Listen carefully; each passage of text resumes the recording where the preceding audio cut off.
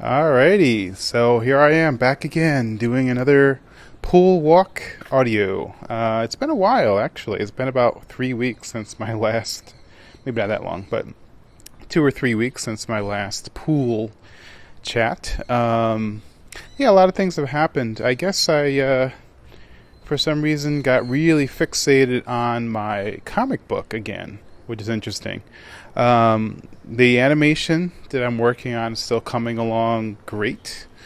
But at a certain point, I don't know what happened, but I just got this notion in my mind to. Oh, actually, what happened was I had shown my comic book to a person called Stuart Ng or Stuart Ang, and he owns Stuart Ang bookstore.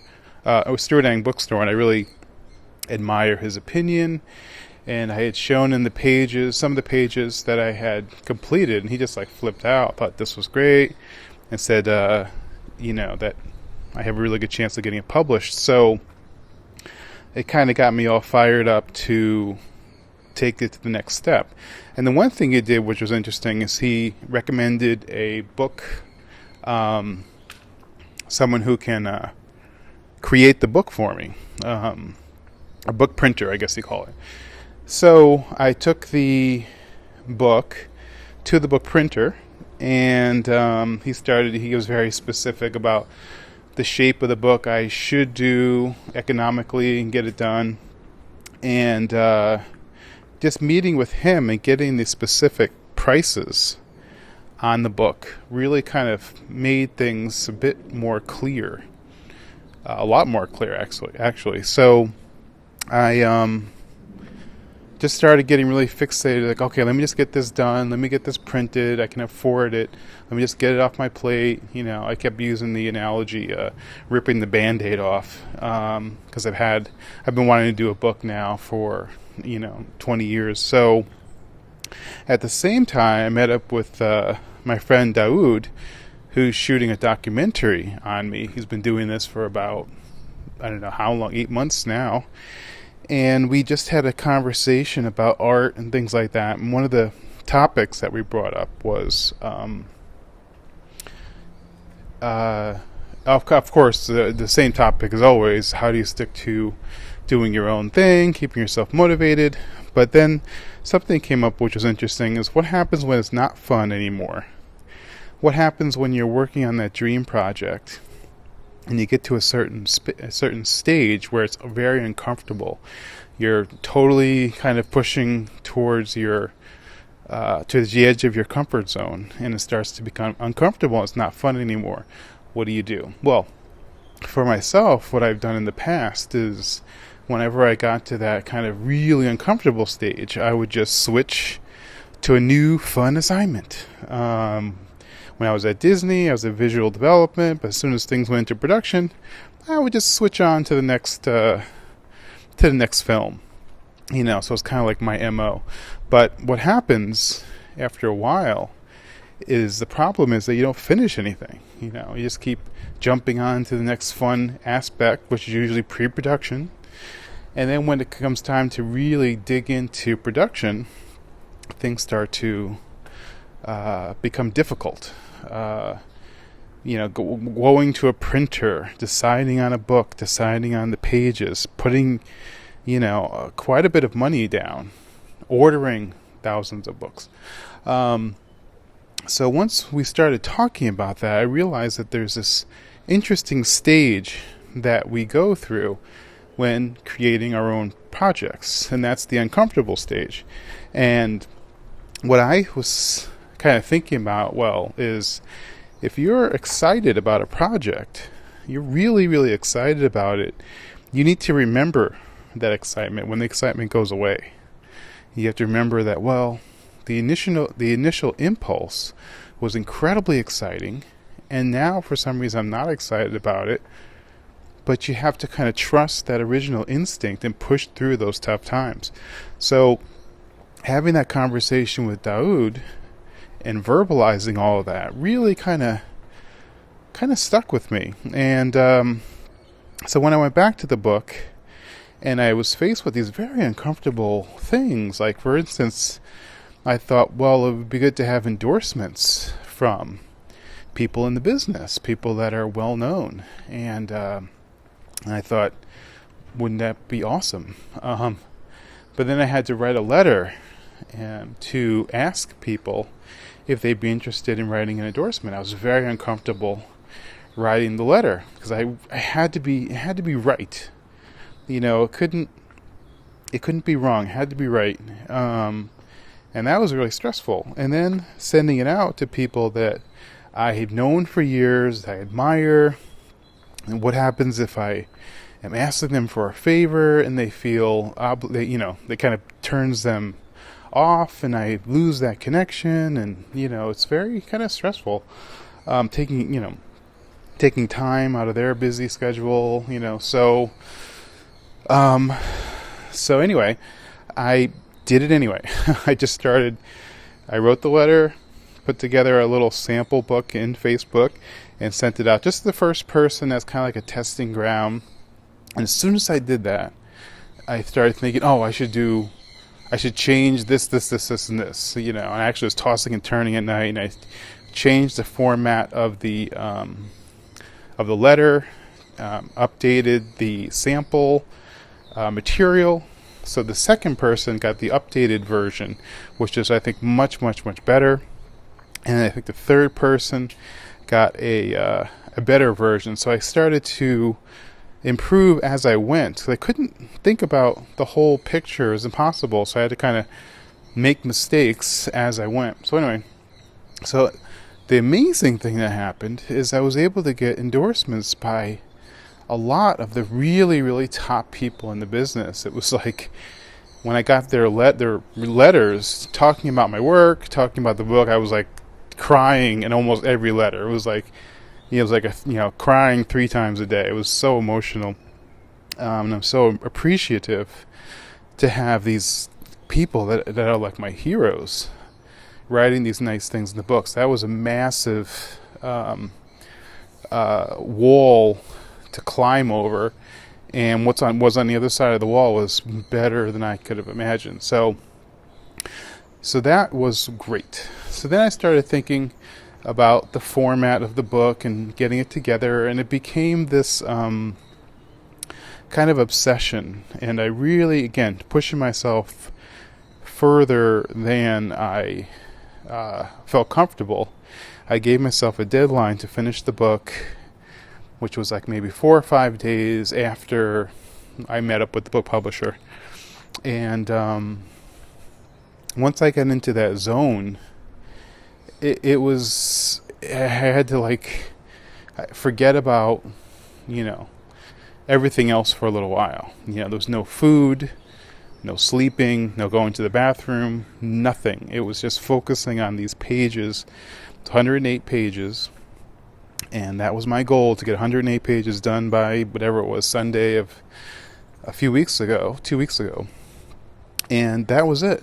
I just had to prove to myself that I could force myself, to do it. And I remember several times I just couldn't think of any more pages. I couldn't think of what to do. I just didn't.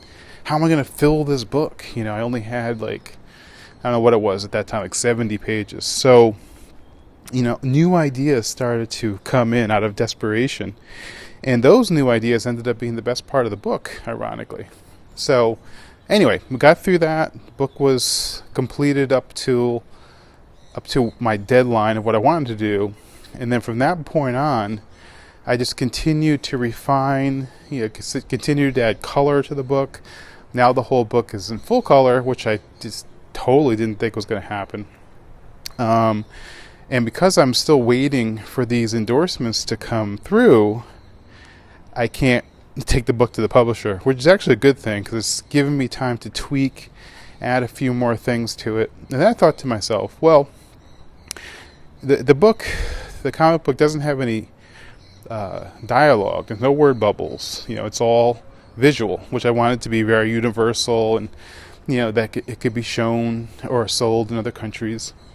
I did write a opening paragraph describing the book and my initial idea, and I thought, wow, wouldn't it be cool if I could have that translated to like 5 different languages. And I thought, well, let's do that. So I started asking people, hey, would you mind translating it to those Japanese, Chinese, Korean, Italian, Spanish, maybe even German. So that's another thing that's going to be coming through. And so it's really, going to feel like a kind of like this universal, I think, universal book.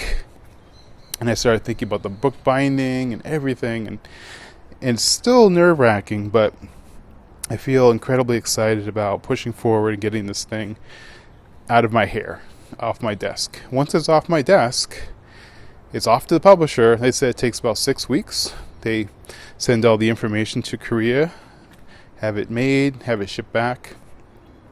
So during that 6-week time period, that's when I'm going to be pushing forward with the Kickstarter to try to generate obviously some interest in the book, pre-sell, try to get some of the money back that I'm putting all my money into this. And that's going to be a whole other level of discomfort. But all along the way, the material that I've been gathering to use for for pitching the book in order to get the endorsements, I can start using that same material for the Kickstarter. So it's ironic that the work that you do kind of starts circling around. There was another project that I was working on that I kind of put aside, which was a live action version of the movie The Tickler, which is something I started a while ago. I was working with a great animator who was doing a dream sequence for me. But since I put that assignment aside, to work on the animation, and then to put the animation aside to work on the comic, I wasn't touching the Tickler project. But the artist emailed me like a couple days ago and said, hey, and I was like, and I was like, maybe I can use his skills in the comic. So I was thinking of creating like a 3D version of the comic book to be part of the video for the Kickstarter. And also the thing that I wanted to use the comic book for and the animation for is a pitch package to pitch to Robert Rodriguez for me to possibly do one of the sections of the Heavy Metal movie.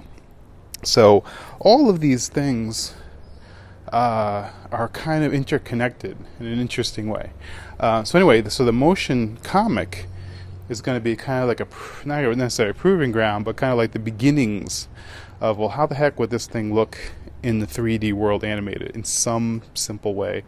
So anyway, I'm pretty excited about all of this. So the advice that I would give, or the advice that I'm giving myself, is when you reach the wall, when you reach an area where you feel incredibly uncomfortable and it doesn't feel right, something doesn't feel right, you have to ask yourself, does it not feel right because you're not following your passion? Or does it not feel right because you are following your passion, but you're getting to certain areas that are uncomfortable? I assume that if you're training to be an Olympic runner and your passion and your goal is to compete in the Olympics, of course there's going to be times where you're not going to have a good day, you're going to be overly tired, you're not going to gain the strengths and the stamina that you thought you could have. I'm sure those things happen to athletes all the time, but they push through. And it's the same with anything, any creative endeavor, is to push through if that initial impulse was correct, So yeah, this has been a kind of a big year for me, with dealing with revelations and getting my head clear about where my priorities are, and allowing these new kind of concepts to come in. It's been pretty amazing, actually. So now I've kind of gotten over the hump when it comes to the animation, to a certain degree, it's still challenging for sure.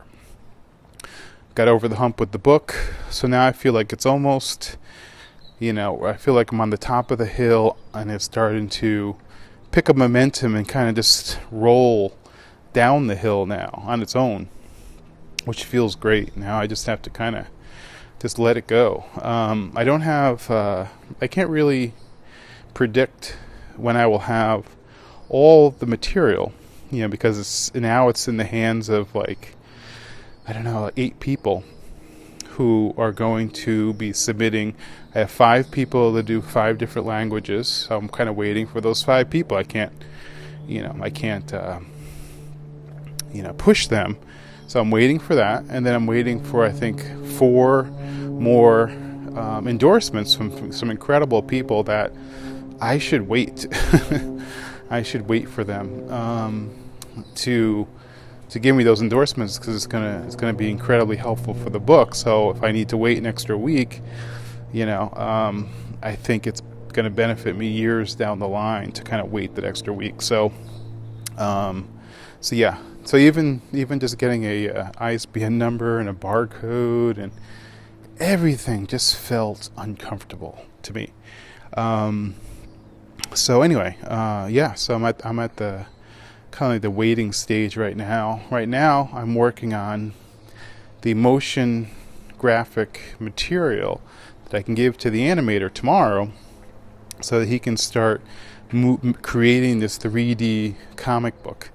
And I just kind of, because I mentioned to him that I was going to meet him tomorrow, it kind of pushed me to get this material together. And then I thought to myself, I need to get up and walk around, because my body has really been taking a hit from all this work, because you're just basically sitting in front of the computer for an obscene amount of hours per day. I'm at the tail end of my summer, which means that school will be starting at Cal Arts, and already started at USC. So the summer is at the end. So I really need to take advantage of this free time, but I also need to, obviously take care of myself physically. So here I am, getting my walk. So anyway, that's where we're at with the book, and I'm pretty excited about about where it's going to go. This is the first time I've actually been excited about a book. I've been trying to do a book.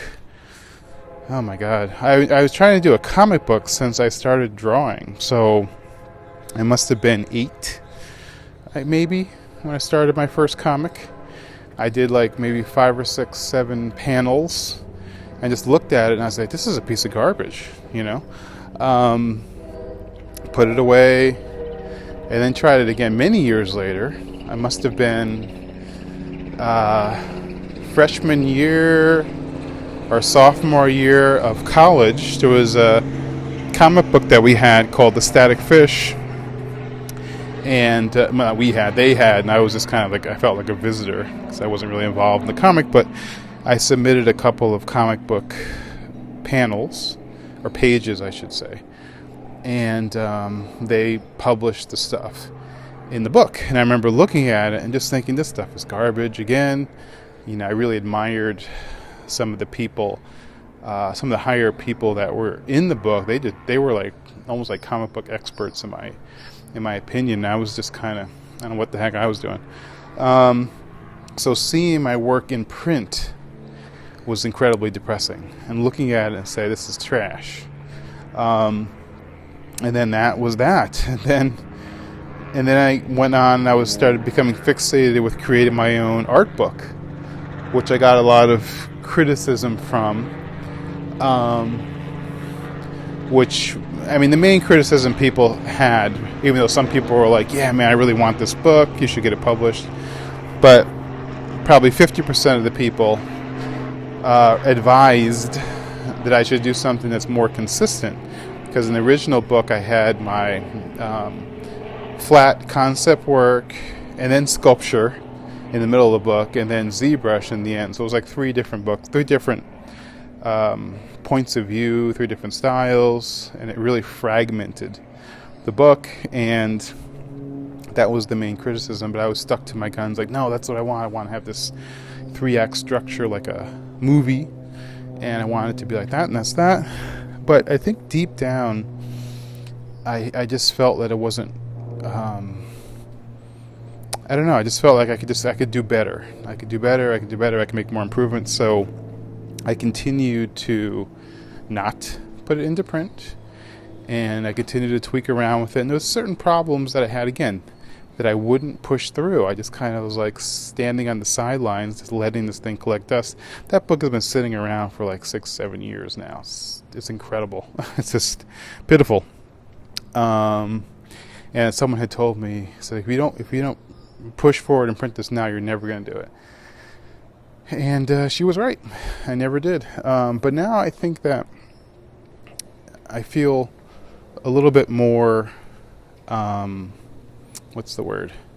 I feel a little bit more grateful that I didn't print that book, because it was fragmented and it did feel kind of more like a portfolio than what it was supposed to be. It was called Inspiration Now, but it was more like Mahoney Portfolio. So coming up with this whole new concept of a book that's all done at the same time, all the exact same style, except for one image, which I may take out, it just felt better, So, and it felt fresher because it was all new artwork rather than a mixture of old and new that I've had sitting around for a while. So anyway, that initial book, I did not learn much from it, simply because I didn't take it. The funny thing is, I did have the book while I was teaching at Cal Arts. I had the book at the CTN Expo, just sitting on my table, and someone, young kid, looks like, came up to me and said, "Is that your book?" And I said, "Yeah, it's a prototype." And he started flipping through it, and he's like, "Dude, this is going to be the most awesome book ever if you can get it on Kickstarter." And you focus on and again, he was focusing on one aspect of the book, which was the kit bash section. He was saying, if you were to pitch this book on the angle of, wouldn't it be great if we could bring back the old days, Star Wars, when they used to glue model parts together and all that type of stuff, would be a great angle, and you could do a great Kickstarter. And I was like, wow, thank you very much, great idea. But you hear these type of things all the time, So I was just kind of like, didn't really. And then I asked, well, who are you? And he said, well, I'm doing a lecture on Kickstarter, and I'm one of the top winners of ever on the Kickstarter website. And I was like, holy crap. And then he said he's going to be doing a lecture soon. He invited me to the lecture, so I went there, and I was like, whoa, holy crap, this is incredible. So he kind of planted that seed to do the Kickstarter campaign, but I just never took it to the next level. I mean, I started building the Kickstarter. I opened up the website. I was, liking other people's Kickstarter projects, and that just kind of fell through. And again, maybe I just subtly started moving towards these uncomfortable areas, and I never saw it through. So anyway, so now I'm kind of cycling around, going back and listening to taking a look at the notes that I got from that particular Kickstarter lecture, and kind of giving it a go again from a completely different angle. Now, if this Kickstarter and the book becomes a success, I would like to go back and actually revisit that idea of doing some type of a kit bash type of book. Even though they've had a couple of those books out already, but this would be my own version of that. Also, another thing I realize is I don't really, even though education books are popular, how to do this, how to do that, because I spend so much time teaching, that's kind of what I've been doing for so many years, that I'm trying to take a break from teaching and do things that are a little bit more, I don't know, like a personal statement about whatever, rather than a teaching book. So that is something that I think is good for me to kind of wean myself away from. Not that teaching is bad, but I don't want to be teaching all day and then go home and work on a book on teaching and teaching and teaching and teaching, rather than performing, or telling a story, or just communicating my ideas. Everything doesn't always have to revolve around education or revolve around whatever's hot. Things that sell are blah blah blah. And I'm like, enough of that talk. And I'm not going to focus on what the other people say with things that sell, because that's not motivating enough for me to do it. It's not about, oh, well, you can make so much money if you do this. It's like, I just gotta see through my vision. I just gotta see it through, and be honest with what I'm trying to do. And again, zero compromise type of an attitude. So anyway, that's where I'm at right now. I'm pretty excited. And the next pool walk around, I'm sure is going to be interesting, because so many things have been set in motion. It's kind of funny because it's very easy to, it's so easy to just pull the plug. I could so easily, it's kind of scary and interesting, as I could easily just pull the plug right now. It's like, I'm just not gonna go to the printer. I'm not gonna pay the money. I'm just not gonna do it. It's so easy to do that. So a lot of times when people have these personal projects, they're so fragile. At a certain point, they're hinged on this singular person and this singular thought, this singular impulse. And if that particular person, for whatever reason, doesn't follow through, nobody's really going to notice. Nobody's really going to, it's like, oh yeah, you're working on the thing, whatever, what happened to that?